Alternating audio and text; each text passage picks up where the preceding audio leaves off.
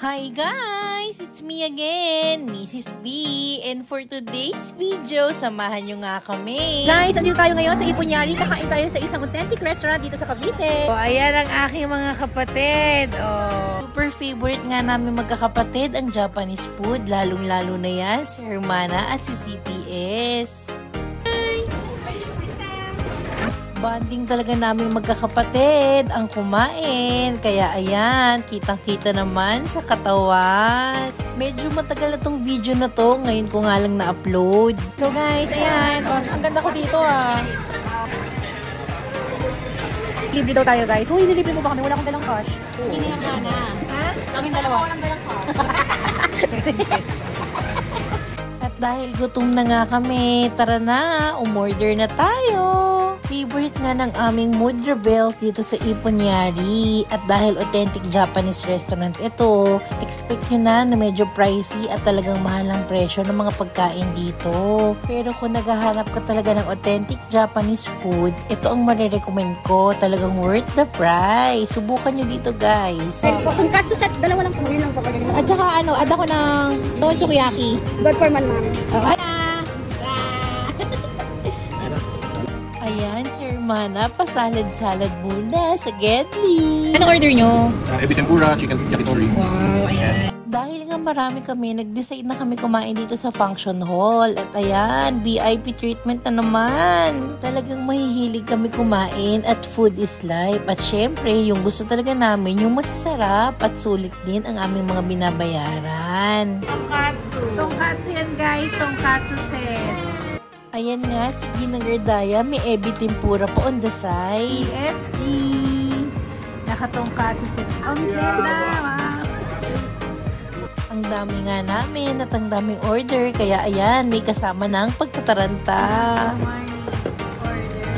Pero si Mr. B mukhang chill na chill lang at mukhang happy sa order niya. Mrs. B po, tonkatsu. Dumating na rin ang order ko.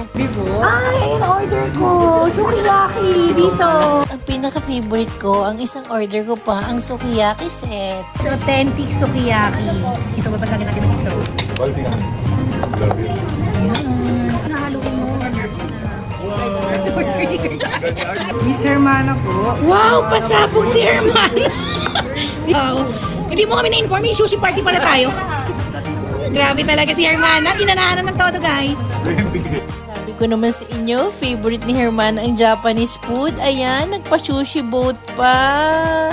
So, I think, guys, galit-galit muna ang tropa. Oh, talagang umaapaw ang aming table. Part 3! Ayan na, unti-unti nang dumadating lahat ng order namin. Kung susubukan nyo palang kumain dito, huwag nyo kalimutan umorder nitong tonkatsu set nila. Talagang masarap. Tignan nyo naman ang table namin. Talagang punong-puno yan. Itong video pala is after nung groundbreaking namin doon sa DAP apartment. Kaya naman, nag-decide kami magkakapatid na magkaroon ng mini celebration. Siyempre, after ilang years, maitatayo na rin ang apartment niya. Super sarap na mochi balls. Okay, ice cream. Mochi ice cream. Ice cream. Huwag mo kalimutang isama sa order nyo itong mochi ice cream kasi talagang masarap na masarap to. Umabot pa lang bill namin ng 16,722 at ayan, dahil hindi nakapagdala ng cash si Mrs. B, kayang-kaya na yan ni CPS and ni Hermana. At dahil napakaganda nga ng service nila dito at quality food, ayan, nagbigay na rin kami ng tip at talagang very satisfied customer. Para pala sa ratings ko dito sa Iponyari, 9 out of 10 ito sa akin. Ganun sila kasarap. Ayun lang. Thank you for watching. Bye!